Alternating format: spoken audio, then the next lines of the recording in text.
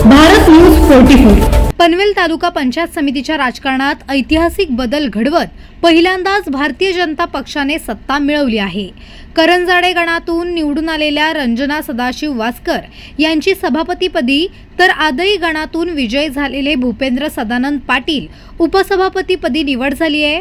अनेक दशकांपासून असलेले शेतकरी कामगार पक्षाचे वर्चस्व संपुष्टात येत भाजपाने 16 पैकी 15 जागा जिंकत पंचायत समितीवर कमळ फुलवले आहे।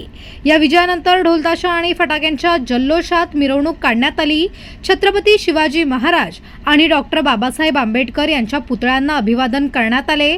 यावेळी लोकनेते रामशेठ ठाकूर, आमदार प्रशांत ठाकूर, आमदार महेंद्र बालदी, जिल्हाध्यक्ष अविनाश कोळी तसेच अन्य पदाधिकारी, कार्यकर्ते आणि नागरिक मोठ्या संख्येने उपस्थित होते।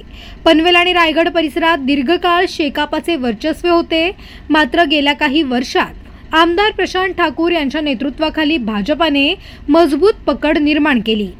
त्याचेच फलित म्हणून यंदाच्या निवडणुकीत भाजपाला अभूतपूर्व यश मिळाले आहे। या माध्यमातून पंचायत समितीमार्फत ग्रामीण भागातील विकास कामांना अधिक गती मिळेल असा विश्वास नेत्यांनी व्यक्त केला आहे। अशाच नवनवीन अपडेटसाठी बघत रहा भारत न्यूज 44।